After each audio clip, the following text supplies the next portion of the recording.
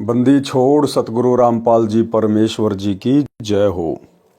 परम पिता परमात्मा सारी सृष्टि के रचनहार कुल मालिक असंख्य ब्रह्मांडों के स्वामी जगत गुरु तीनों लोकों में प्रवेश करके सबका धारण पोषण करने वाले राजाधिराज आत्माधार नाथों के नाथ देवों के देव महादेव सर्वेश्वर महेश्वर मृत्युंजय अजरो अमर आदि अनादि सनातनी प्रभु जगत पिता जगदीश्वर श्री श्री 1008 की उपाधि के वास्तविक अधिकारी अकाल मूर्त शब्द स्वरूपी राम वासुदेव सर्वगतम ब्रह्म परम पूज्य प्रथम पूज्य परम संत परम पुरुष परम धनी परम दयालु सत्य कबीर हक्का कबीर और ये मेरा बंदी छोड़ सतगुरु रामपाल जी परमेश्वर जी की जय हो।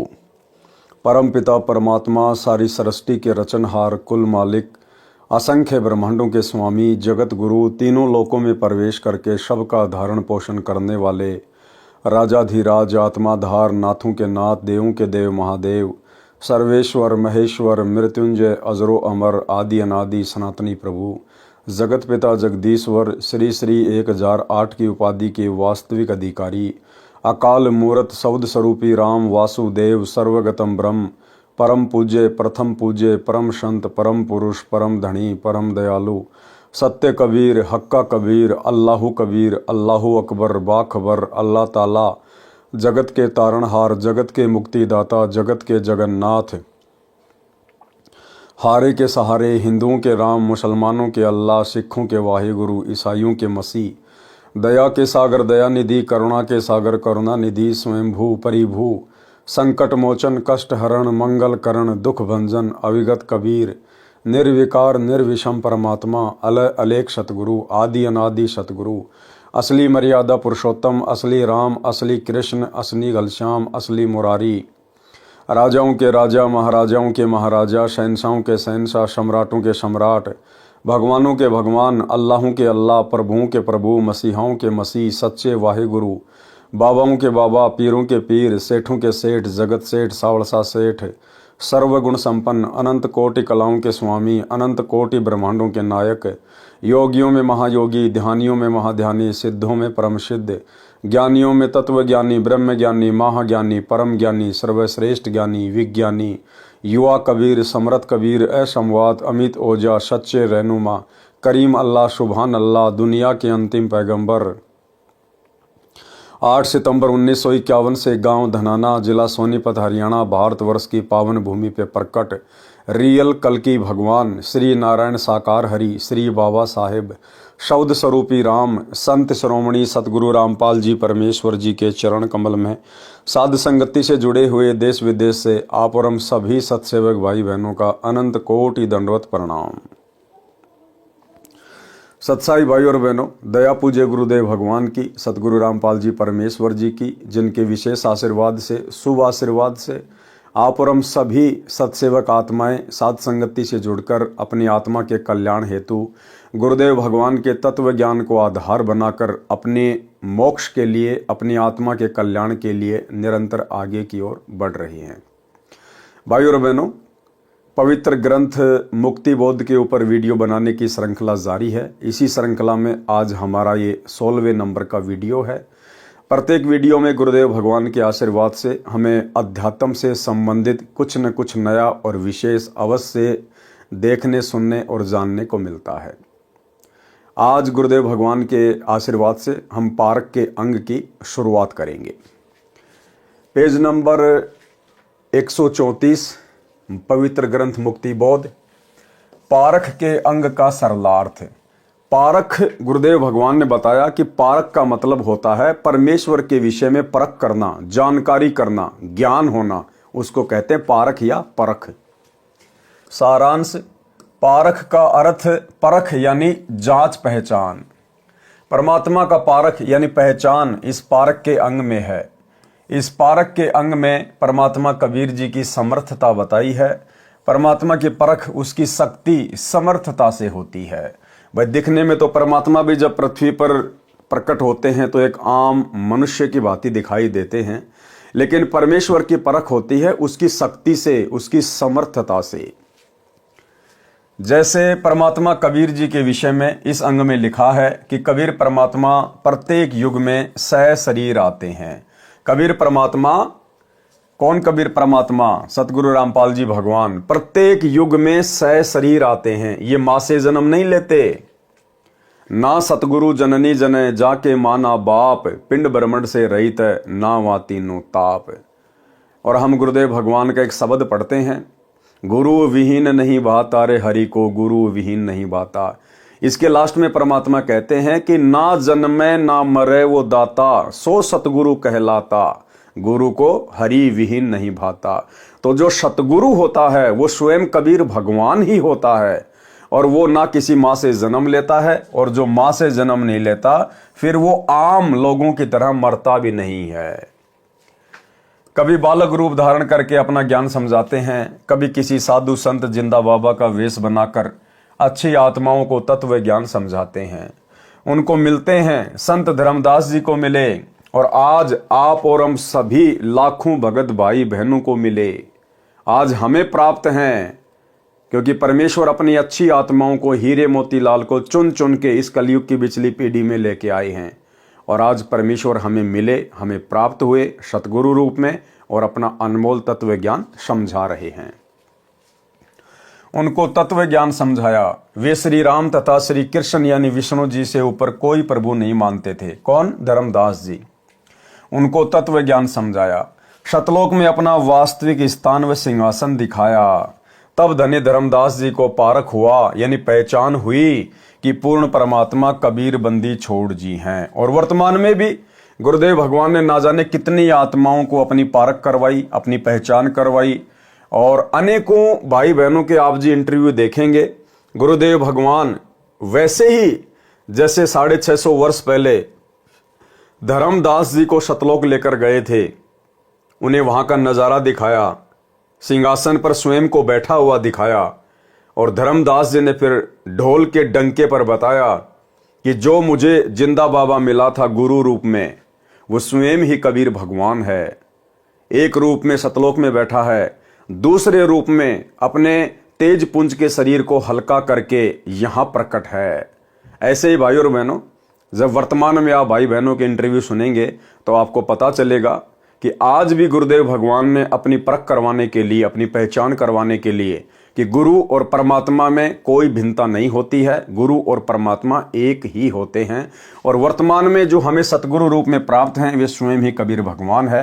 अनेक भाई बहनों के इंटरव्यू आपके सामने हैं, थोड़ी सी नजर डाल लीजिए कि सतलोक के सिंहासन पर कौन बैठा हुआ है। देखिए, उतार है।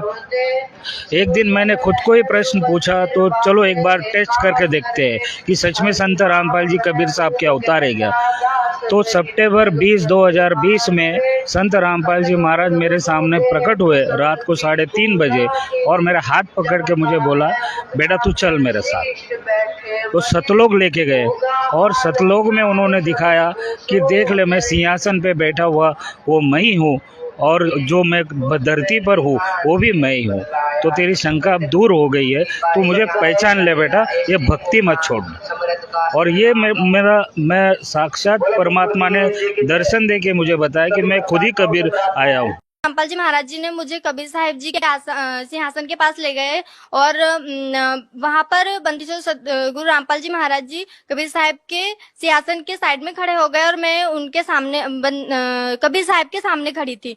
तो क्या हुआ, देखते ही देखते क्या हुआ कि बंदीछोड़ सतगुरु रामपाल जी महाराज कबीर साहिब के शरीर में समा गए, और फिर अकेले कबीर परमात्मा रह गए। फिर कबीर परमात्मा का शरीर बंदीछोड़ सतगुरु रामपाल जी महाराज जी के रूप में चेंज हो गया। फिर बंदीछोड़ सतगुरु रामपाल जी महाराज जी कबीर साहिब के रूप में चेंज हो गए। फिर तब मुझे वहां पर समझ आया कि जो बंदीछोड़ सतगुरु रामपाल जी महाराज जी हमारे बीच यहाँ धरती पर रह रहे हैं, ये ही खुद कबीर परमात्मा है, और यही भगवान है जिसे मैं बचपन से तलाश रही। सतलोक में अपना वास्तविक स्थान व सिंहासन दिखाया। तब धनी धर्मदास जी को पारख हुआ कि पूर्ण परमात्मा कबीर बंदी छोड़ जी हैं। और आज वर्तमान में हमें पारख हुआ, हमें पहचान हुई कि वर्तमान कलयुग की पिछली पीढ़ी में पूर्ण परमात्मा स्वयं सतगुरु रामपाल जी भगवान ही हैं।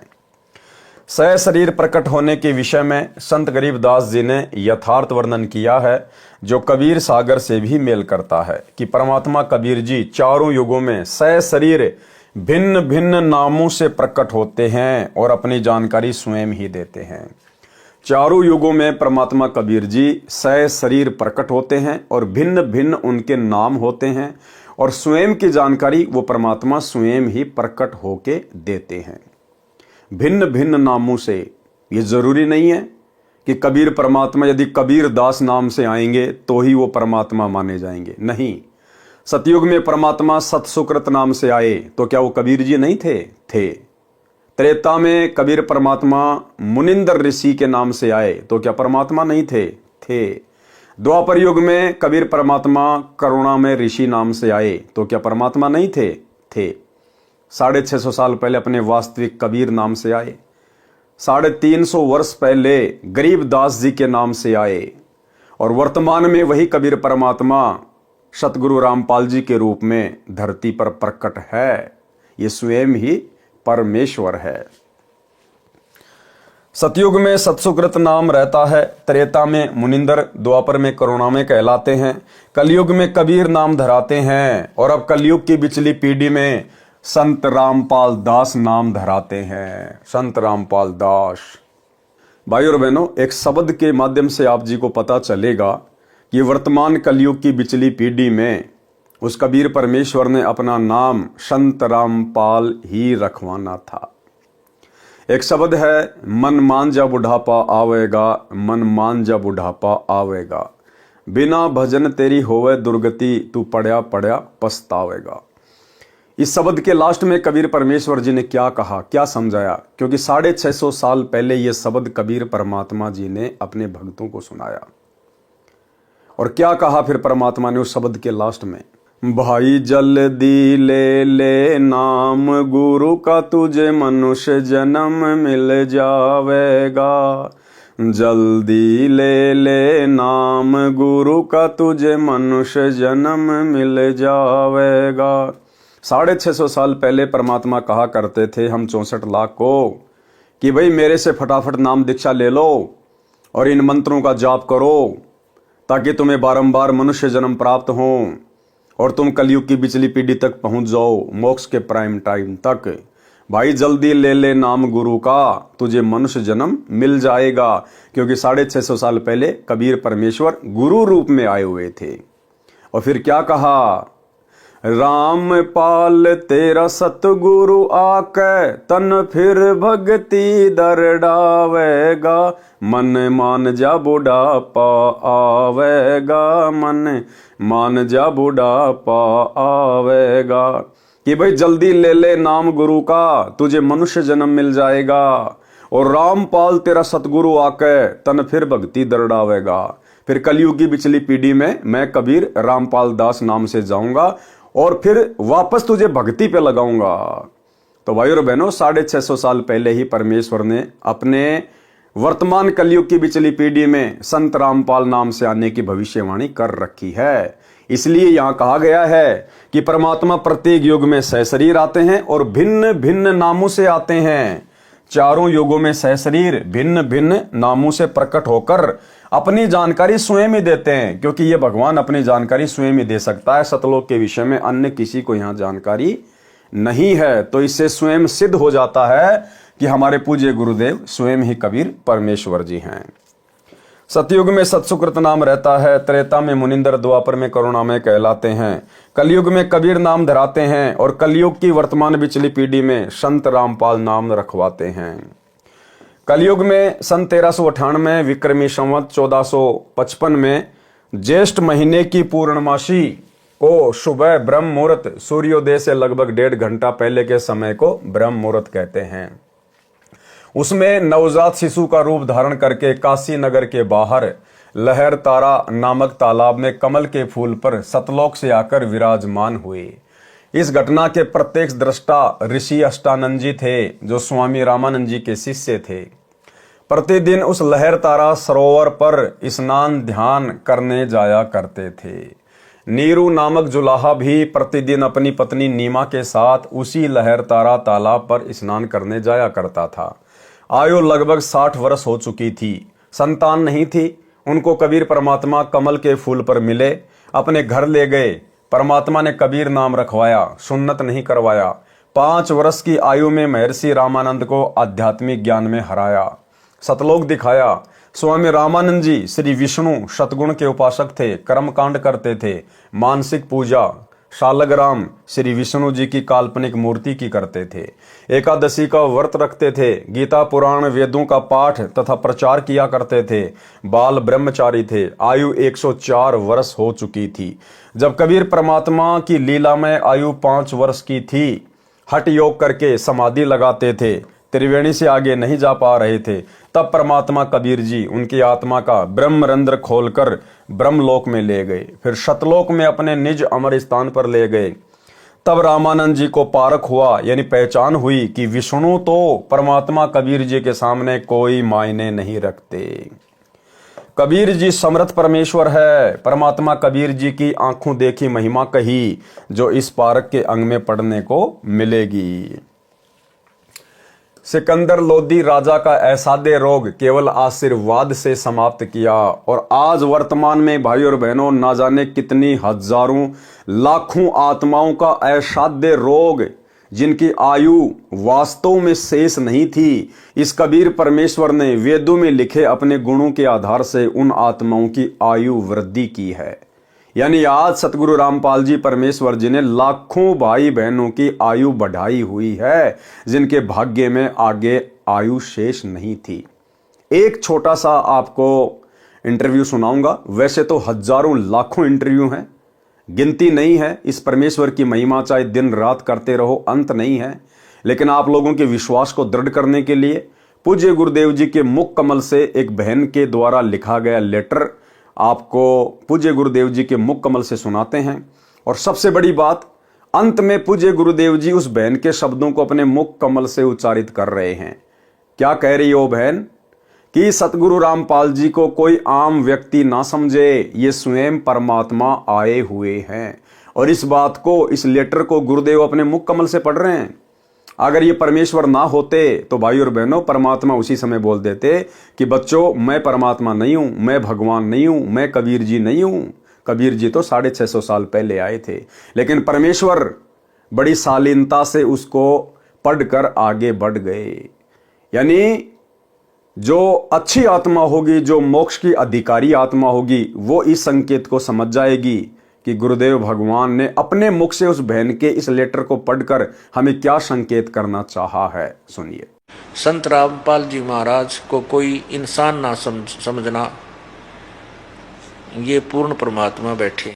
संत रामपाल जी महाराज को कोई इंसान ना समझना, ये पूर्ण परमात्मा बैठे। तो भाई और बहनों, ये तो केवल आपने एक इंटरव्यू सुना है। ऐसे ऐसे लाखों इंटरव्यू हैं जो परमेश्वर सतगुरु रामपाल जी भगवान की महिमा से भरे पड़े हैं। सिकंदर लोदी राजा का असाध्य रोग केवल आशीर्वाद से समाप्त किया। सिकंदर राजा ने स्वामी रामानंद जी का सिर तलवार से काट दिया था। स्वामी जी की मृत्यु हो गई थी। कबीर जी ने उसके सामने स्वामी रामानंद जी को जीवित कर दिया, और यहां परमेश्वर ने मरने ही नहीं दिया। एक छोटा सा इंटरव्यू मध्य प्रदेश के भिंड जिले का, किस प्रकार से एक उपदेशी भाई ने दूसरे उपदेशी भाई के ऊपर बंदूक से गोली चलाई, और कैसे उसी समय पूर्ण ब्रह्म परमेश्वर शब्द स्वरूपी राम सतगुरु रामपाल जी परमेश्वर सामने प्रकट हो जाते हैं और उस गोली को अपने हाथ में पकड़ लेते हैं, अपने हाथ में। देखिए इंटरव्यू। अब आपको एक अनमोल कहानी सुनाता हूं, बिल्कुल सच्ची। एक मध्य प्रदेश में भिंड जिला है, भिंड जिला है, वहां से कई भक्तों ने उपदेश प्राप्त कर रखा। भिंड जिले में कोई गांव है आसपास, वो यहां पर आए हुए हैं। वो कहां है, एक बार खड़े हो बच्चे। ये दोनों भाई हैं, इनकी कथा सुनाता हूं। तुम आगे आ जाओ बेटा, यहां आ जाओ मेरे पास एक बार। पढ़ के मैं सुनाता हूं। सामने ये खड़े, इनके पिताजी भी आए हुए हैं। इनके पिताजी भी आए हुए हैं क्या यहां पर? उनको भी बुला लो आगे को।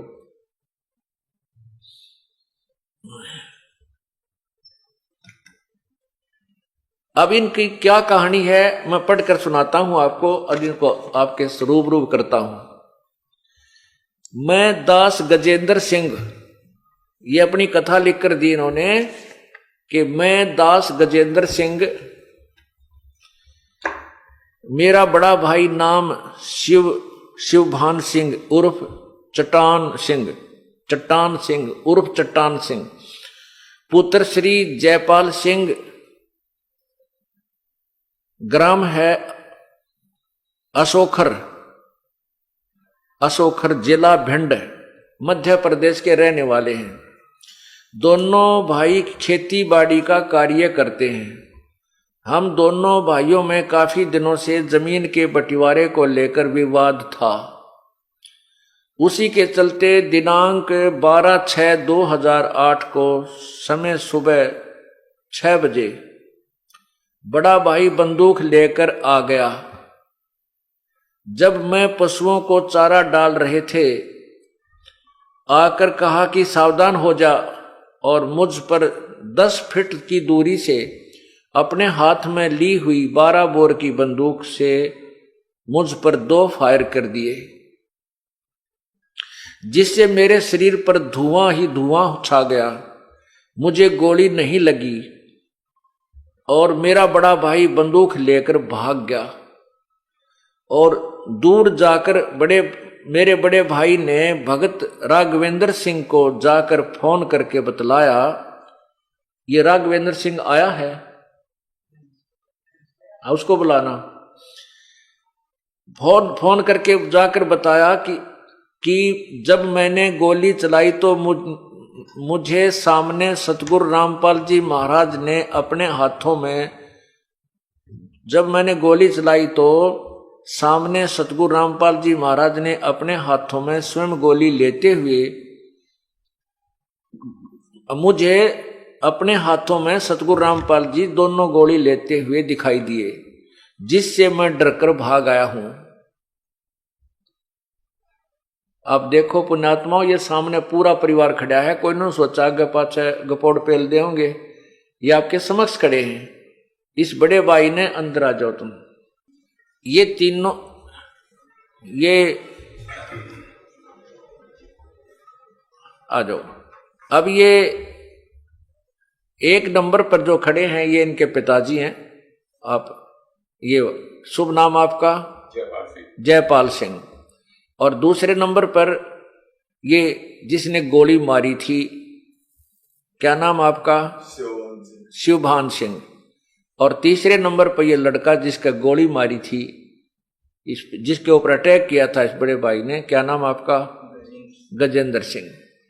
और जिसको इसने जाकर के बताई थी ये चौथे नंबर पर, क्या नाम आपका? राघवेंद्र सिंह। अब आपके समक्ष खड़े हैं, इनका पूरा फोटो लीजिए। पुण्यात्माओं, हम बहुत पहले सुना करते थे परमात्मा ऐसी लीला कर देता है। इनने सबने उपदेश ले रखा, भाई ने भी, पिता ने भी, पूरे परिवार ने भी, माता जी ने भी, और इस भाई राघवेंद्र सिंह। वहां काफी शिष्य हैं परमात्मा के। अगर ये भगवान की शरण में ना होते, अब ये शिवभान सिंह तो जेल में पड़ा होता, 20 साल की उम्र कैद होती, और ये गजेंद्र सिंह की मृत्यु हो जाती, पूरे परिवार उजड़ गया था, और ये माया यहीं रह जाती और घर का नाश हो जाता है। परमात्मा अपने बच्चों की ऐसे रक्षा करता है। अब इसने क्या बताया है? हाँ भी आप बताइएगा। आपको फोन किया? हाँ, इसकी तरफ कर। हाँ, जब गजेंद्र को तो परमात्मा ने बचा लिया, स्वयं आपके रूप में परमात्मा आए थे, जो कि अपने हाथ में गोली उन्होंने हाथ से दे दी थी, जो गोली उन्होंने फायर किया था। बोलो सतगुरुदेव की। और ये तुरंत ही भाग लिए, गोली लेके ये बंदूक लेकर भाग गया। हाँ, और तुरंत ही उसी समय हाँ, ये दोनों लोग हाँ, आपकी शरण में आए। 13 तारीख को आपके पास आ गए थे। ये 12 तारीख की बात है। अब आप बताओगे कुछ? हाँ, बताओ, आपने क्या देखा? आपने देखा वहां? हाँ, हम तो वहाँ खड़े थे। हाँ देखिए, पास में ही खड़े थे। हाँ। तो सुबह ये आया लड़का बड़ा वाला, अच्छा, तो उसने जो है आके इन्होंने कहा होगा कि मेरी जमीन तुमने जो ली है छोटे वाले ने, तो इसने ये लेके बंदूक और सुबह आके इन्होंने फायर शुरू कर दी। मम्मी ने इनको पकड़ा, तो वो क्या पकड़ लेती, उनको नहीं डांट पाया इन्होंने फायर कर दिए। और फायर करके ये भागे आया। दो फायर करे। उसमें कैसा लगा? उसमें वो एकदम पूरे में शरीर में धुआं सा निकला। हाँ, धुआं सा निकला और गोली का पता नहीं कहाँ, जयबंदी छोड़ की गोली का पता नहीं। और भाई गजेंद्र सिंह, आप आइए, आपको कैसा महसूस हुआ जब उसने गोली चलाई? हमें कुछ भी पता नहीं चला, मालिक ने एकदम सावधान कर दिया था जैसे, हमें कुछ भी नहीं मालूम कि मेरे साथ क्या हो रहा है। जब भाई भाग गया उस टाइम पे मेरे को पता चला, फिर मेरी भक्तमती, मेरे पास भी बंदूक थी, भक्तमती बंदूक लेके आई कि आप भी इस पे वार करो। मैंने मना कर दिया, नहीं, मेरे गुरुदेव ने मुझे बचा लिया है, मैं उसे नहीं मारूं। बोलो सतगुरुदेव की जय। ये क्या लिखा इसने, अब मैं इसको पढ़कर भी सुनाता हूं आपको। तो कहते राघवेंद्र सिंह जी के पास जाकर इसने फोन करके बताया कि जब मैंने गोली चलाई तो मुझे सामने सतगुरु रामपाल जी महाराज अपने हाथों में गोली लेते हुए दिखाई दिए, जिससे मैं डरकर भाग आया हूं। और मुझे डर है कि मेरे भाई, छोटे भाई के पास 315 बोर की बंदूक है और अब वो मुझे जान से मारेगा। अब मुझे उससे बचाओ। उसको तो गुरुदेव ने बचा लिया है। ओए होए। हम दोनों भाई 5 मई 2008 को प्रथम नाम लेकर गए थे। ये दास जब आया 30 अप्रैल को, तो ये 5 मई को नाम लेकर गए थे दोनों भाई। और देख, काल ने 1 महीने के बाद ही के जुल्म करना था, ये होना था इनके घर में, ये इनके ला बीतनी थी, इनका नाश होना था। और परमात्मा के चरण में आ गए, तैनो के नो बसे रह गए।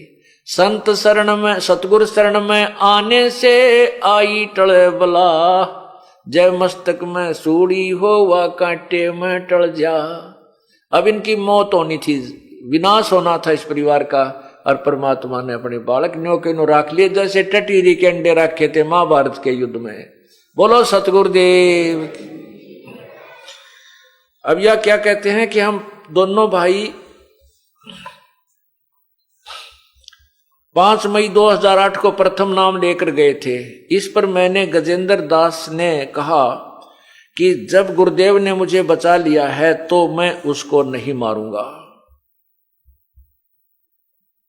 इस घटना के बाद हम दोनों भाई गुरुदेव के पास आश्रम में बरवाड़ा पहुंचे और आप बीती बताई। गुरुदेव का बहुत बहुत धन्यवाद किया कि आपने बहुत बड़ी दुर्घटना से हमें बचा लिया। आपके सदा आभारी एवं ऋणी रहेंगे। आपकी आज्ञा में रहकर भक्ति करेंगे। मैं आसपास कभी, हम आपस में कभी झगड़ा नहीं करेंगे। बोलो सतगुरुदेव की। अब देखो इन्होंने, मैंने कहा बेटा एक थोड़ी सी जमीन का झगड़ा तुम्हारा, तुम मर जाते, तेरी यूं मर जाता, तेरी कैद हो जाती, जमीन का क्या करते तुम, दे दे अपने भाई को वापस। इसने उसी समय कह दिया गुरुदेव आज से दे दी, मैं इस जमीन को नहीं रखूंगा। बोलो सतगुरुदेव की।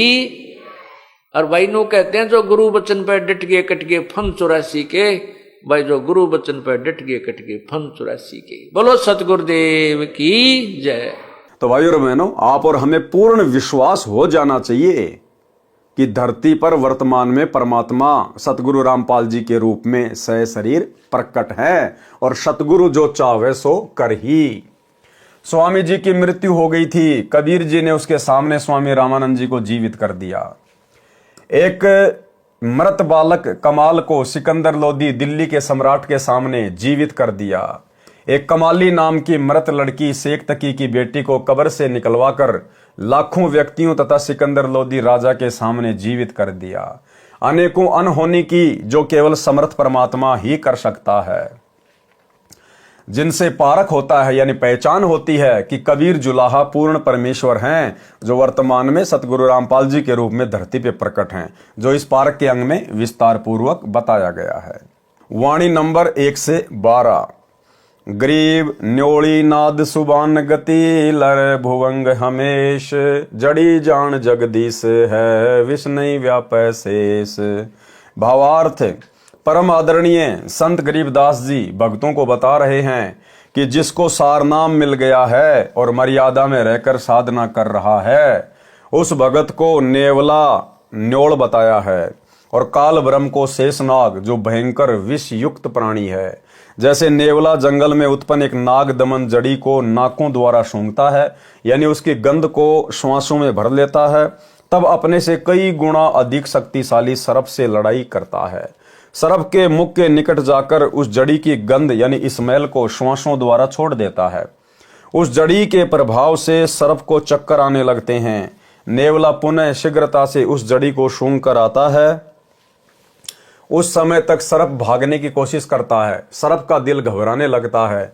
नेवला सर्प के ऊपर मुंडी पर बैठकर उसकी नाक के पास जड़ी की गंध छोड़ता है। सर्प विवश होकर शांत हो जाता है। तब नेवला सर्प की मुंडी यानी फन को काटकर मार देता है। यहाँ पर बताया है कि जीव यानी भगत तो नेवला है, जो सारनाम का सुमरण श्वासों से करता है, तथा काल ब्रह्म ज्योति निरंजन को शेषनाग जैसा खूंखार सर्प कहा है। सारनाम प्राप्त भगत रूपी नेवला काल ब्रह्म रूपी अजगर को सारनाम के सुमरण रूपी गंध छोड़कर पराजित करके सतलोक चला जाता है। कबीर परमेश्वर जी ने भी यही कहा है। कबीर जैसे फणपति मंत्र सुन राखे फण सकोड़, ऐसे बीरा मेरे नाम से काल चले मुंह मोड़। सरलार्थ, कबीर जी ने कहा है कि जैसे सर्प ने फन उठा रखा होता है, तो गारुडू कौन होता है? जो सर्प को वश में करने वाला एक मंत्र बोलता है। उस मंत्र के प्रभाव से सर्प अपने फन यानी डोरे को शकोड़ यानी इकट्ठा करके भागने का विचार करता है। पहले डसने के मकसद से फन फैला रखा था। इसी प्रकार सारनाम से काल ब्रह्म भगत को हानि ना करके अपनी जान बचाने की चिंता करके चल पड़ता है, रास्ता छोड़ देता है। वाणी नंबर 2 से 5। गरीब हंस गवन करते नहीं, मान सरोवर छाड़, कौआ उड़ उड़ जात है खाते मांसाहार। गरीब मान सरोवर मुक्ति फल, मुक्ता हल्के ढेर, कौआ आसन ना बंद जय भूमि दिन सुमेर।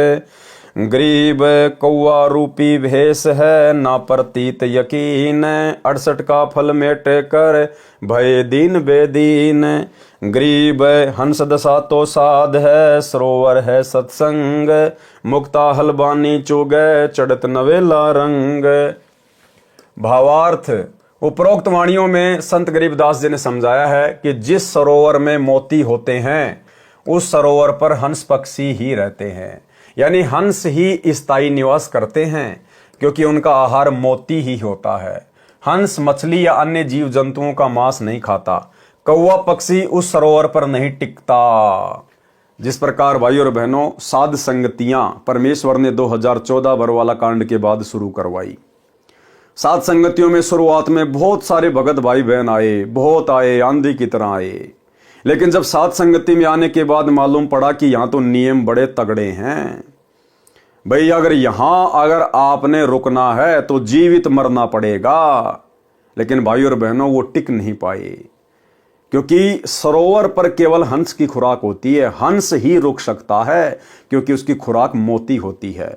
कौवा गलती से आ जाएगा, लेकिन ज्यादा देर टिक नहीं पाएगा, क्योंकि उसकी खुराक सरोवर पर नहीं होती। उसको तो बकवादों से मतलब होता है, इसलिए वो बकवाद करने के लिए फिर सरोवर को छोड़कर यानी साध संगत को छोड़कर, सत्संग को छोड़कर कहीं दूसरी जगह चला जाता है। तो साध संगति में वो आत्मा टिक नहीं पाई। वह कुछ देर आता है, वहां मांस नहीं मिलता, फिर मांस खाने के लिए कहीं और उड़ जाता है, यानी बकवाद करने के लिए, राजनीति करने के लिए, टाइम पास करने के लिए, स्टेडियम बनाने के लिए, हॉस्पिटल बनाने के लिए, राजनीति करने के लिए, गुंडों की सीबीआई जांच के लिए, आरक्षणों के लिए, दुनिया भर की बकवाद के लिए। भाई साध संगति में इन चीजों के लिए कोई जगह नहीं है। सत्संग को सरोवर कहा है और साध संगत हंस कहे हैं। साध संगत यानी हंस, परमेश्वर की अच्छी आत्मा, जिनको केवल भक्ति और भगवान से ही मतलब है, दुनियादारी से मतलब नहीं होता। तथा विकारी व्यक्ति कोए रूपी बताए हैं। भगत तो सत्संग प्रवचन रूपी मोती खाते हैं जो उनका आहार है, तथा शराबी कबाबी कोए रूपी हैं जो सत्संग में अधिक देर नहीं टिकते, परंतु भगत सत्संग छोड़कर अन्य स्थान पर नहीं जाते। जैसे सिनेमा देखना, नाचना, शराब का ठेका आदि स्थानों पर भगत नहीं जाते। तथा अन्य उपासना जो शास्त्र विरुद्ध है वह करने किसी देवी धाम, तीर्थ आदि पर नहीं जाते। जबकि हमारे बड़े भाई सतलोक आश्रम मैनेजमेंट हरियाणा वाले गुरुदेव के कलयुगी बेटा बेटी, भाई बंधु रिश्तेदार, ये तो अयोध्या में जाके भंडारा लगाते हैं श्री रामचंद्र जी के भक्तों के लिए। ये तो नेपाल में जाके भंडारा लगाते हैं राम सीता विवाह महोत्सव में। ये तो गौशालाओं में जाके भंडारा लगाते हैं जहां पर यज्ञ हवन होते हैं, महर्षि दयानंद वाले। तो ये हैं वो कव्वे। वह करने किसी देवी धाम, तीर्थ आदि पर नहीं जाते। जो शास्त्र विरुद्ध साधना करने वाले पंथ हैं, उनके अनुयायी हमारे ज्ञान पर विश्वास न करके 68 तीर्थों पर भटकते रहते हैं।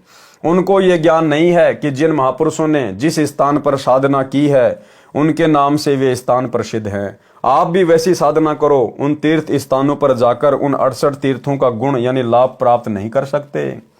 उनका लाभ तो उसी प्रकार डटकर साधना करने से मिलेगा जिसको तीर्थ भ्रमण करने वाले मिटा रहे हैं यानी खो रहे हैं। वाणी नंबर 7, 9, 12।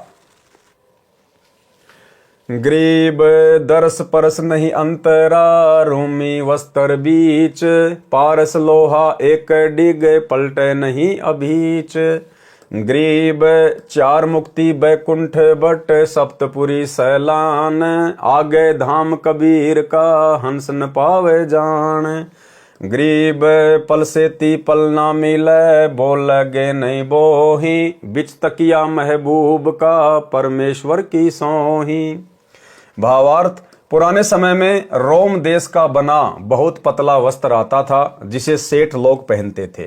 बताया है कि पारस पत्थर को लोहे से छू दिया जाए तो वह सोना बन जाता है। यदि पारस पत्थर और लोहा साथ साथ रखे हैं और उनके बीच में रूमी वस्त्र की मोटाई जितना भी फासला, डिस्टेंस रह जाए तो चाहे लाख वर्ष रखे रहो, सोना नहीं बनेगा। इसी प्रकार संत के पास कपट रखने वाला व्यक्ति भगत बना दिखाई देता है, परंतु उस पर संत के पारस रूपी सत्संग वचनों का प्रभाव नहीं पड़ता। इसी प्रकार भाइयों और बहनों, वैसे तो गुरुदेव भगवान ने अपने सत्संगों में अनेकों बार जिक्र किया है, लेकिन आपको लेटेस्ट वाला सत्संग सुनाएंगे जो हिसार जेल से आ रहा विशेष संदेश। गुरुदेव भगवान ने स्पष्ट कर दिया है कि तुम जिन सारनाम प्राप्त भक्तों के ऊपर अंधविश्वास करके चल रहे हो ना, धोखा खा जाओगे, धोखा। तो गुरुदेव ने स्पष्ट कर दिया कि बहुत सारे भगत आपको ऐसे दिखाई देंगे जो हमारे साथ भी रहते हैं, सारनाम भी ले रखा है, लेकिन अंत में जब उनके कर्मों का पता चलता है तो हम भी सिर में हाथ मारते हैं। सुनिए गुरुदेव का छोटा सा सत्संग। फिर वो बताते हैं, गरीब कोट वर्ष करे साधों की, पत्थर का जल में क्या भीजे, चंदन बन में रंग लागे, एक बांस बिठन भी ना सीधे। परमात्मा गरीबदास जी कितना प्यारी व्याख्या करते हैं कि कोटि वर्ष करे संगत संतों की, सतगुरु की, पत्थर का जल में के बीजे। पत्थर को पानी में डाल दो कितने में, और 100 वर्ष के बाद निकाल लो, उसका कभी असर नहीं। उसको एक दूसरे के साथ बिठा दो, जब आगे निकलेगी चिंगारी पाटेगी, जबकि पानी से तो सब नरम हो जाते हैं। इसी प्रकार बताया है कि जो निकम्मी आत्मा है, पत्थर हो चुके हैं काल के बकवाद कर करके, वो सत्संग में कितने दिन रहो, उनका कभी असर नहीं हो, उन बकवाद करनी ही करनी। अब जैसे कई भक्त हैं, दिखे ऐसे हैं जैसे बहुत बड़े भगत है, बहुत निकट रहते हैं हमारे, और अंत में उनके कर्म इसे गद्दे पावे, हम सोच भी नहीं सकते। तो ये गलतियां हैं, इनको सुधारना पड़ेगा अपने। भाई और बात तेरे काम न आवे, संतों शरण लाग रे, मुके सोवग पलत में बंदे, जाग जाग नर जाग रे, जाग जाग नर जाग। तो भाई और बहनों, आपको समझ में आ जाना चाहिए, खाली सार नाम लेने से, सार शब्द लेने से या 24 घंटे गुरुदेव भगवान के साथ में रहने से कोई भगत नहीं बनता, किसी में भक्ति प्रवेश नहीं करती है। परमात्मा कहते हैं बिन गुरु मिले मोहे न पाए। गुरु से मिलने का मतलब क्या होता है? अब हमें तो ऐसा लगता है कि वो भगत तो 24 घंटे गुरु जी के साथ में रहता है, गुरु जी से मिला हुआ है। नहीं, गुरुजी से मिलने का मतलब है गुरुजी की शिक्षाओं पे अमल करना। गुरुजी से मिलने का मतलब है गुरुजी के दिल में सच्ची भक्ति करके मर्यादा निभा के जगह बनाना।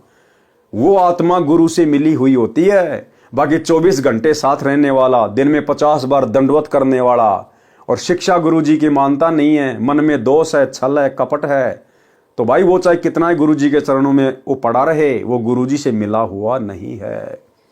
तो हम भगत भाई बहनों ने इस भक्ति मार्ग पर केवल 2 ही चीजों को देखकर आगे बढ़ना है। पहला, अपना गुरु जो भक्ति का मूल है, भक्ति की रीढ़ है।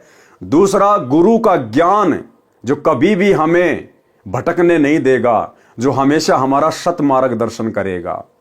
तीसरा, यदि आप किसी भगत की बातों को फॉलो करते हैं तो उन बातों को फॉलो करने से पहले आप उस भगत की बातों को अपने गुरुदेव के ज्ञान से मेल कर लेना। अगर उसकी बातें, उसके विचार आपके गुरुदेव के अनुसार हैं, गुरुदेव के सत्संगों के अनुसार हैं, तो आप जी उस भगत को फॉलो कर सकते हैं, उसकी बातों का अनुसरण कर सकते हैं। अन्यथा ये धोखा यहां पर मत खाना। 7 नगरियां जो श्री ब्रह्मा, विष्णु, शिव जी तथा दुर्गा, ध्रुव, प्रहलाद आदि के लोक हैं, इनमें तो 4 मुक्ति वाले निवास करते हैं, फिर जन्म मरण में आते हैं। इनसे कबीर जी का स्थान दोनों शैलियों के मध्य में यानी त्रिकुटी में है। वहां से आगे सतलोक जाते हैं। सत्य साधना न होने के कारण कोई भी साधक सतलोक नहीं जा पाता, कालजाल में ही रह जाता है। त्रिकुटी स्थान पर कबीर जी का तकिया यानी सिंहासन है। गरीबदास जी ने परमात्मा की सौगंध खाकर बताया है कि मैं सत्य कह रहा हूं। नोट, कुछ अज्ञानी व्यक्ति स्वयंभू बनकर बैठे हैं।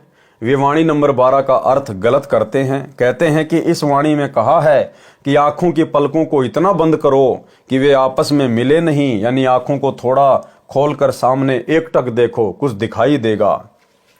वह परमात्मा है। कुछ एक को अपनी आंखों के सामने वाली काली काली टिक्की या स्प्रिंग सा दिखाई देता है, उसी को परमात्मा का स्वरूप बताया जाता है। ये परमेश्वर उनकी बात कर रहे हैं जो उपदेशी नहीं है और दूसरे पंथों से जुड़े हुए हैं। उनके गुरु उनको भ्रमित कर देते इस प्रकार की बातें कह के। उसी को परमात्मा का स्वरूप बताया जाता है। कुछ एक को कुछ नहीं दिखता, वे शर्म के मारे कह देते हैं हाँ कुछ दिखा, परंतु बाद में स्पष्ट बताते हैं कि कुछ नहीं दिखा। गुरुजी ने बार बार कहा तो हाँ भर ली थी। ऐसे दोनों प्रकार के भ्रमित व्यक्ति हमारा ज्ञान समझकर मेरे यानी संत रामपाल के पास आए और दीक्षा ली। तब बताया उनको, मैंने समझाया। किसने? गुरुदेव भगवान ने। उनको मैंने समझाया कि भक्ति की प्रेरणा पूर्व जन्म के शुभ संस्कारों के कारण होती है। उनमें पूर्व जन्म में की गई भक्ति की शक्ति यानी भक्ति की कमाई शेष रहती है। विशेष ध्यान देने से आंखों के सामने काली टिकारी बिंदु रूप में या बाढ़ जैसे स्प्रिंग के छल्ले रूप में दिखाई देते हैं। यदि फिर से शास्त्र विधि अनुसार सत्य साधना करने को नहीं मिलती तो इसी जन्म में कुछ समय उपरांत दिखाई देना बंद हो जाती हैं, क्योंकि वह खर्च हो जाती हैं। मेरे को, रामपाल दास को बचपन से ही ऐसी वस्तुएं आंखों के सामने दिखाई देती थी। देखो यहां गुरुदेव भगवान अपने आप को छुपा रहे हैं। ये परमेश्वर हैं, इनकी आंखों में ऐसा कुछ नहीं है, क्योंकि इनकी शक्ति से तो दुनिया को दिखाई देता है। परमेश्वर तो दुनिया को भक्ति देने आए, स्वयं भक्ति करने नहीं आए। भक्ति करने की एक्टिंग, भक्ति करने की लीला तो केवल इसलिए कर रहे हैं ताकि हम अपने गुरुदेव भगवान से शिक्षा लेकर और उनके जैसा बनने का प्रयास करें। अन्यथा इस परमेश्वर को भक्ति करने की, मंत्र जाप करने की, आरती करने की आवश्यकता नहीं है। तो यहां अब गुरुदेव जो बात बोलने जा रहे हैं वे अपने आप को छुपा रहे हैं आप और हमें समझाने के लिए। मेरे को, रामपाल दास को बचपन से ही ऐसी वस्तुएं आंखों के सामने दिखाई देती थी। सोचता था कि मेरी दृष्टि कमजोर है, अब बताओ, परमेश्वर है भाई, अंतर्यामी हैं, क्या इनको पता नहीं कि आंखों के सामने जो आ रहा है वो क्या है? अरे जगत गुरु किसको कहते हैं? जो पूरे संसार को ज्ञान देता है उसको कहते हैं जगत गुरु। तो क्या जगत गुरु को इस बात का नहीं पता चलता कि मेरी आंखों के सामने जो मुझे काली काली रेखाएं दिखाई दे रही है वो क्या है? लेकिन यहां गुरुदेव अपने आप को छुपाते हुए आप और हमें समझाने के लिए कह रहे हैं कि यदि आप में से किसी भगत भाई बहन की आंखों के सामने इस प्रकार के अनुभव होते हैं, रेखाएं दिखाई देती हैं, तो वो क्या हैं? आप और हमें चिंतित होने की आवश्यकता नहीं है। इसलिए गुरुदेव हमारी शंका का समाधान स्वयं के ऊपर लेकर कह रहे हैं। सोचता था कि मेरी दृष्टि कमजोर है, जिस कारण से ये काली काली टिकारियां दिखाई दे रही हैं। सन 1988 में गुरुजी से दीक्षा लेने के पश्चात वे और अधिक हो गई, यानी भक्ति करने के कारण और ज्यादा हो गई। तो चिंता बढ़ गई कि शायद आंखों की दृष्टि और कम हो गई है।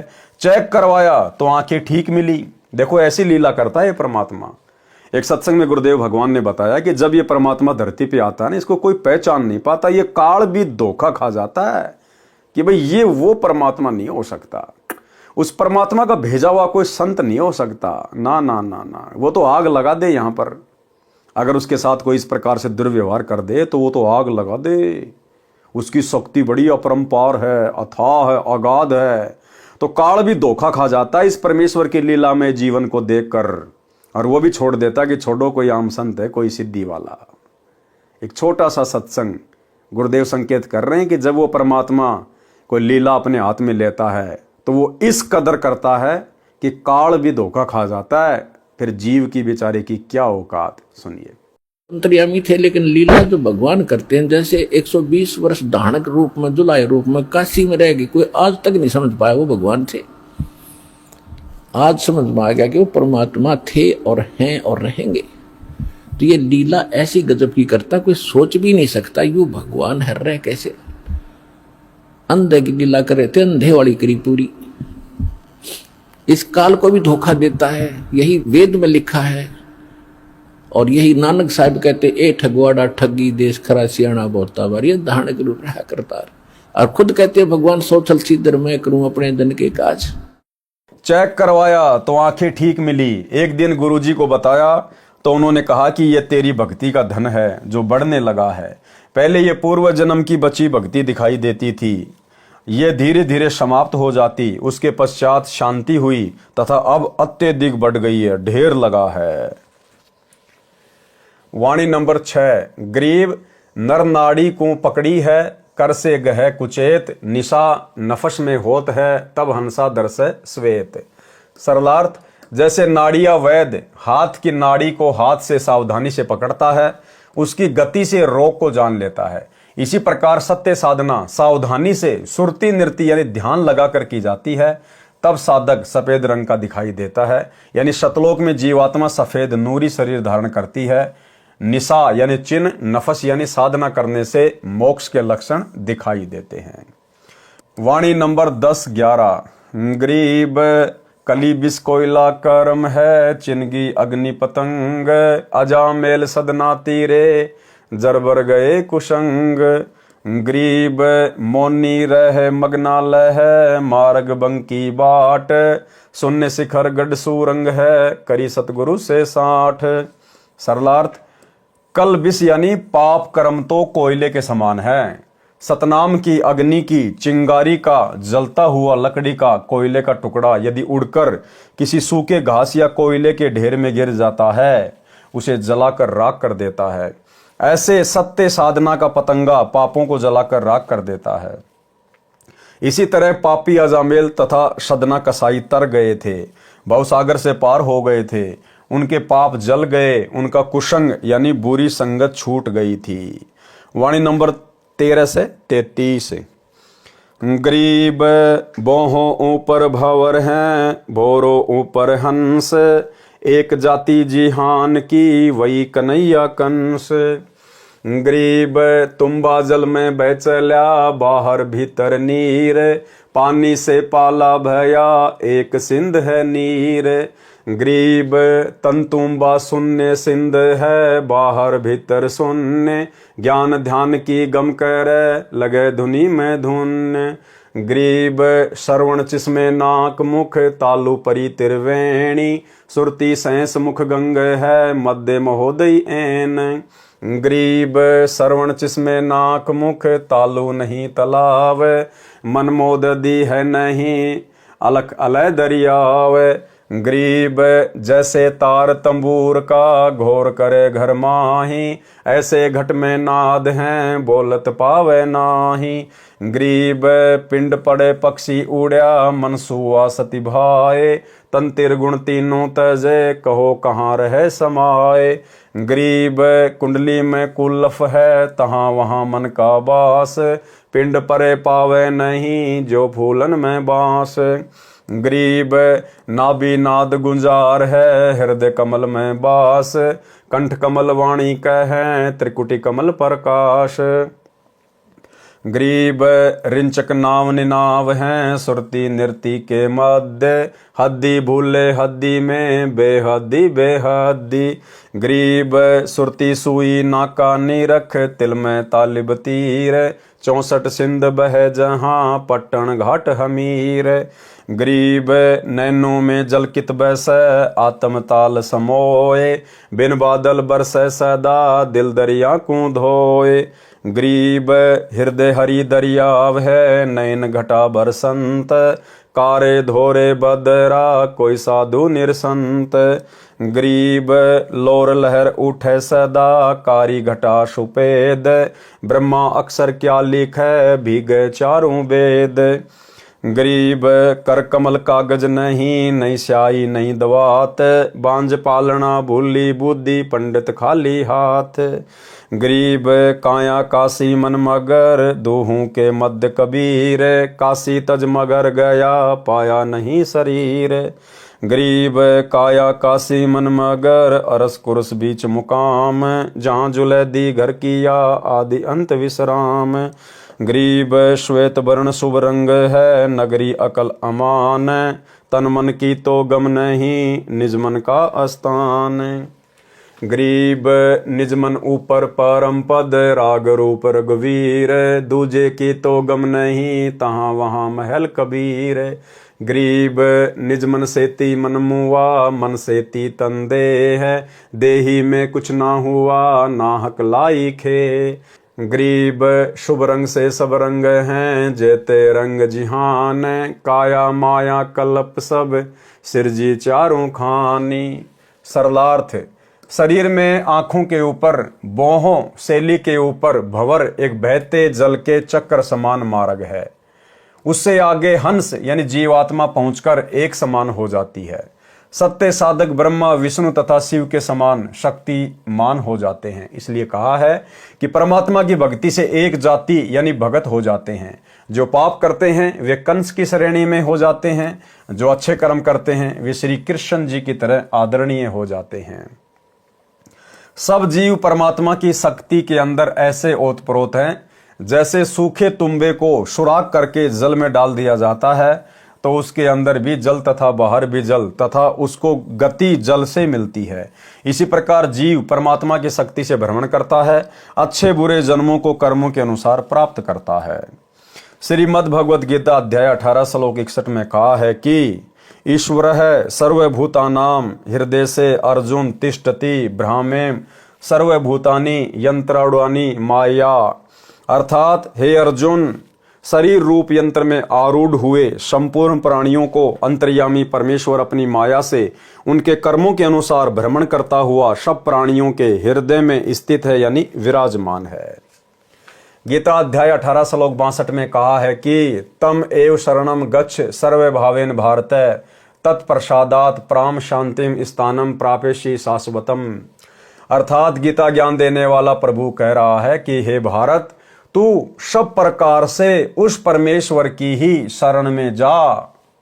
उस परमात्मा की कृपा प्रसाद से ही तू परम शांति को तथा शाश्वत सनातन यानी अमर स्थान धाम यानी सतलोक को प्राप्त होगा।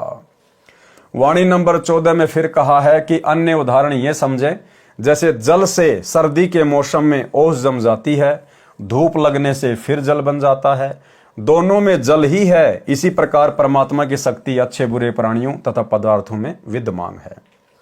तन यानी शरीर को तुम्बा जानो, शून्य यानी खाली स्थान में परमात्मा की निराकार शक्ति जानो। वह शक्ति जीव के अंदर भी है, बाहर भी है, उसी से जीव गतिमान रहता है। सत्य साधना तथा तत्व ज्ञान का मनन करें तो परमात्मा के प्रति गहरी लगन लगेगी। शरीर के अंदर की जानकारी बताई, बाहर का भी ज्ञान करवाया। नाक, मुख, श्रवण यानी कान आदि तो स्पष्ट दिखाई देते हैं। जो मुख के अंदर तालुआ यानी तालु लटकता है, इसके ठीक ऊपर त्रिवेणी है। सुरती यानी ध्यान, सैंस मुख गंग यानी हजारों धारा वाली गंगा के समान पवित्र व लाभदायक है। सुरती से परमात्मा का मार्ग देखा जाता है। तत्व ज्ञान से नृति निरीक्षण करती है, उसे महोदधि यानी समुद्र जानो। नाम को नौका, उसमें बैठकर जीव पार हो जाता है। जैसे तंबूर यानी एक तारे का तार आवाज करता है, ऐसे परमात्मा की अनहद ध्वनि शरीर में 10वें द्वार पर सुनाई देती है, जो बोलते रहने से सुनी नहीं जा सकती, ध्यान लगाने से, साधना करने से सुनी जाती है। यानी आप और हम भगत भाई बहनों ने तो केवल सहज तरीके से सहज भक्ति करनी है। गुरुदेव ने हमें जो मंत्र दे दिए, जो आरती दे दी, सत्संग सुनने को दे दिए, मर्यादा निभाने को दे दी, बस हमने अपना काम धंधा करते हुए और सुरती नृत्य मन और पवन से इस प्रकार समय मिले बैठकर हमने सुमरण करना है। खाते पीते उठते बैठते भी करना है। यानी हमने विशेष तौर तरीके नहीं अपनाने। ये सारी बातें तो आदरणीय गरीबदास जी को इसलिए लिखनी पड़ी ताकि आगे चलकर कोई भक्तों को भ्रमित ना कर दे कि भाई गरीबदास जी को क्या पता था, कबीर जी क्या जानते थे शरीर की व्यवस्था के बारे में, पिंड के बारे में, ब्रह्मांड के बारे में, योगियों के योग के बारे में। इसलिए उनको लिखना पड़ा कि आगे चलकर कलयुग की पिछली पीढ़ी में कोई भक्तों को भ्रमित ना कर दे कि गरीबदास जी क्या जानते थे और क्या नहीं जानते थे। शरीर का समय समाप्त होने पर जीवात्मा पक्षी की तरह उड़ जाता है। मन रूपी तोता शरीर से निकलकर चला जाता है। फिर कहां जाता है? भगत सतलोक चला जाता है। पामर प्राणी यानी दुष्ट प्राणी नरक चला जाता है। फिर कर्मों के अनुसार भ्रमता भटकता है। कुंडली में कुलफ यानी ताला लगा है, उसमें मन निवास करता है। शरीर नष्ट होने पर यह दिखाई नहीं देता, जैसे फूलों में गंध दिखाई नहीं देती। नाभि कमल में नाद यानी शब्द की गुंजार होती है। जीव का हृदय कमल में निवास है। कंठ कमल से वाणी बोली जाती है। त्रिकुटी कमल में परमात्मा सतगुरु रूप में विद्यमान रहता है, वहां का विशेष प्रकाश है। सत्य नाम वास्तविक शक्ति देने वाला विशेष नाम है, जिसका रिंचक यानी थोड़ा सा सुमरण भी अत्यधिक लाभ देता है। परंतु नाम का जाप सुरती नृत्य यानी पूर्ण ध्यान के साथ करना चाहिए। क्या करें परमात्मा? परंतु नाम का जाप सुरती नृत्य यानी पूर्ण ध्यान के साथ करना चाहिए। और बारंबार आप सभी भाई बहनों को सत्संगतियों में यही संदेश दिए जाते हैं कि अब हम भगत भाई बहनों ने जो हम पहले खाते पीते उठते बैठते नहाते धोते चलते फिरते काम करते करते सुमरण किया करते थे, वो भी करना है। लेकिन अब हमने परमेश्वर के आशीर्वाद से जब हमें ये गूढ़ जानकारियां प्राप्त हो रही हैं, अब हमने सुरती नृत्य मन और पवन के साथ में यानी ध्यान लगाकर कुछ समय एकांत में बैठकर दुनिया के शोर शराबे से दूर, दुनिया के झंझट से दूर कुछ समय हमने परमेश्वर के नाम के ऊपर ध्यान लगाना चाहिए। यानी हम क्या सुमरण कर रहे हैं, क्या शब्द ले रहे हैं, क्या शब्द छोड़ रहे हैं। हमने दुनियादारी से हटकर, सारी चिंताओं से हटकर परमेश्वर के नाम पर ध्यान लगाना चाहिए। शुरुआत करेंगे 5 मिनट से, फिर धीरे धीरे 10 मिनट होगा, आधा घंटा होगा, 1 घंटा भी होगा। फिर तो ऐसा आनंद आएगा जिस दिन आप जी सुरती नृत्य मन और पवन के साथ एकांत में बैठकर जाप नहीं करेंगे, उस दिन आपको ऐसा लगेगा जैसे आज घर में कोई मर गया है, जैसे आज मेरा कोई चोर को चुरा के ले गया है। मन आपका बेचैन रहेगा, आत्मा आपकी बेचैन सी रहेगी जब तक हम शांति से सुरती नृत्य से सुमरण नहीं कर लेंगे।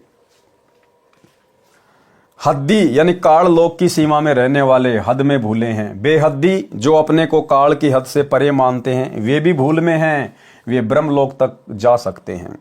सुरती से ब्रह्मरंध्र रूपी सुई का नाका जानकर उसके अंदर से धागा रूपी मन डालकर ध्यान लगाएं। यानी भक्ति को हम ध्यान से करें, सुरती नृत्य लगाकर करें। ब्रह्मरंध्र में परमात्मा दिखाई देगा। उसी ब्रह्मरंध्र के पास 64 समुद्र बह रहे हैं। यानी ये सूक्ष्म व्यवस्था है हमारे शरीर के अंदर की। नैनो यानी आंखों में जल दिखाई नहीं देता, आत्मा में आंसू जल का सरोवर समाया है। सत्य साधना करने से परमात्मा के प्रति प्रेम उत्पन्न होता है।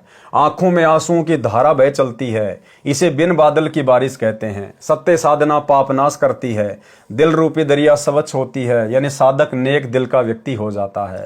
हृदय में परमात्मा का प्रेम रूपी दरिया है, उस दरिया का जल आंखों द्वारा बरसता है।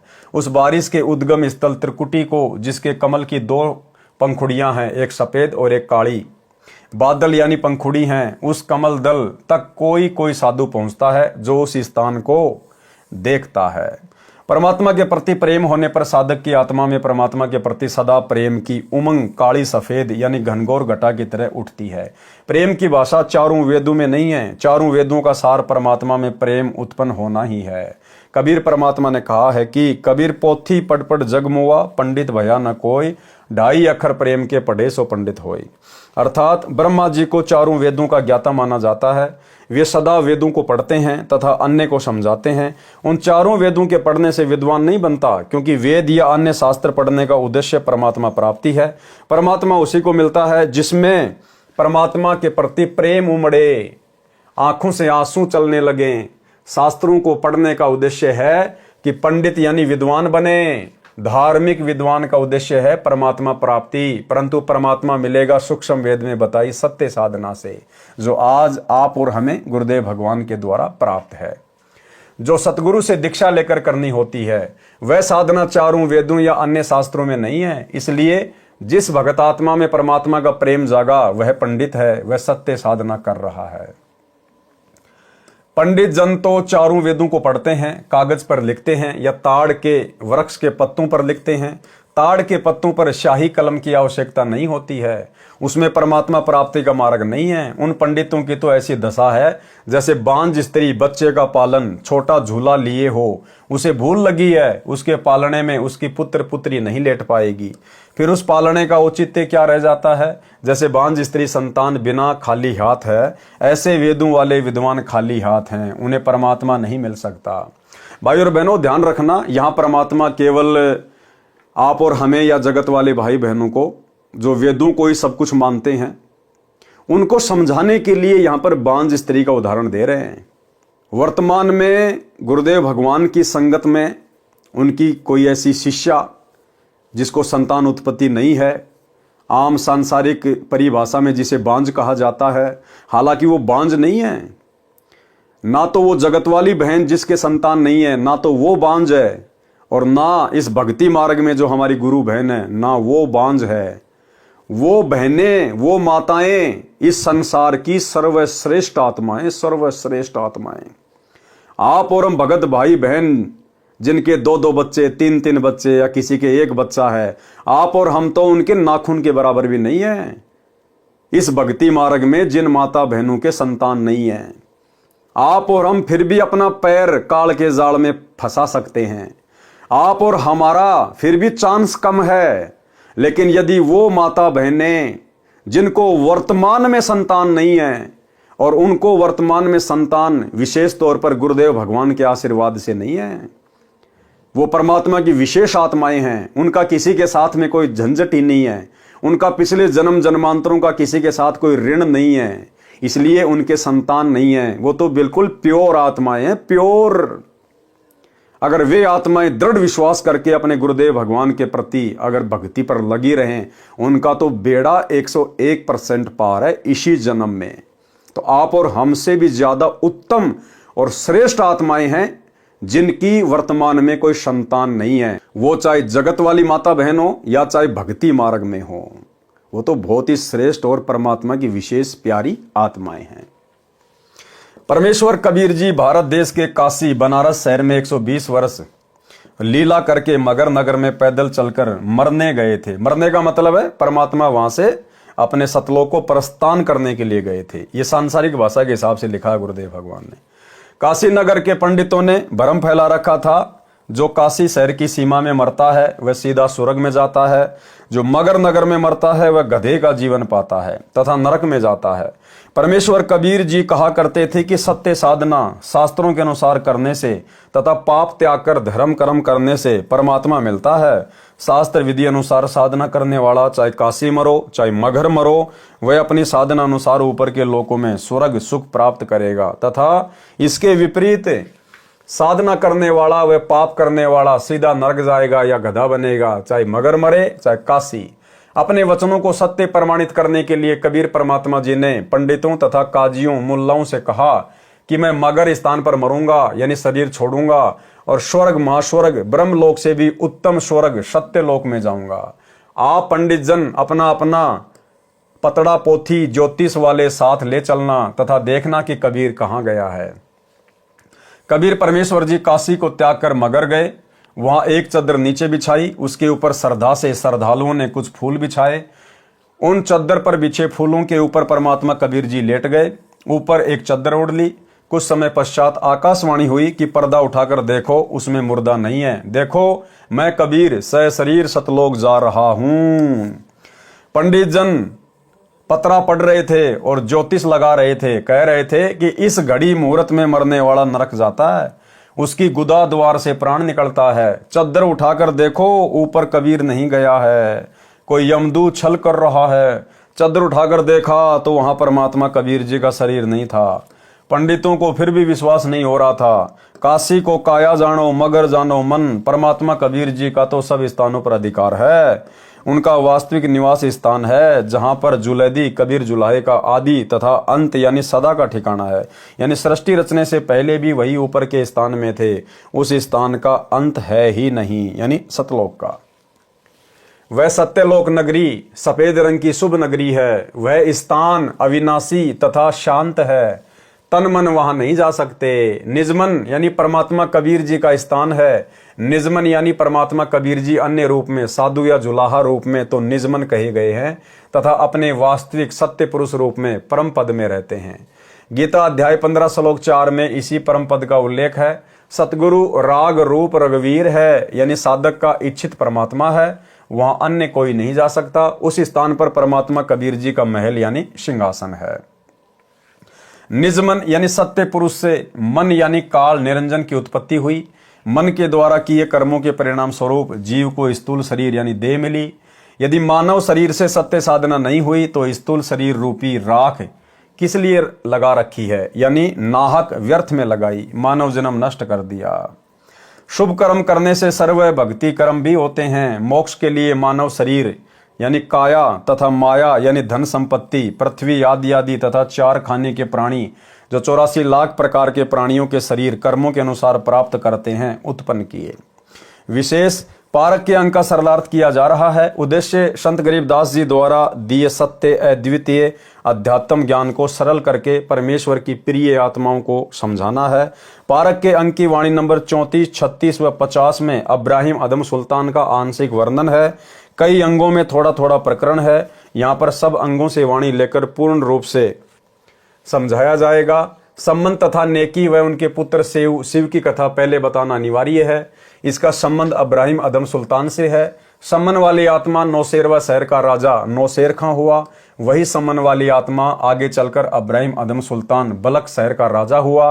पहले सम्मन सेव की कथा अचला के अंग से बताते हैं, सेव तथा शिव तथा सम्मन की कथा। तो आज के वीडियो में गुरुदेव भगवान के आशीर्वाद से केवल इतना ही। कल रात्रि फिर से सभी भाई बहन जुड़िएगा और मीराबाई की कथा को हम शुरू करेंगे। तो आज की वीडियो में केवल इतना ही। गुरुदेव भगवान हम सबको आज्ञा दें, इजाजत दें, आशीर्वाद दें। बंदी छोड़ सतगुरु रामपाल जी भगवान की जय हो।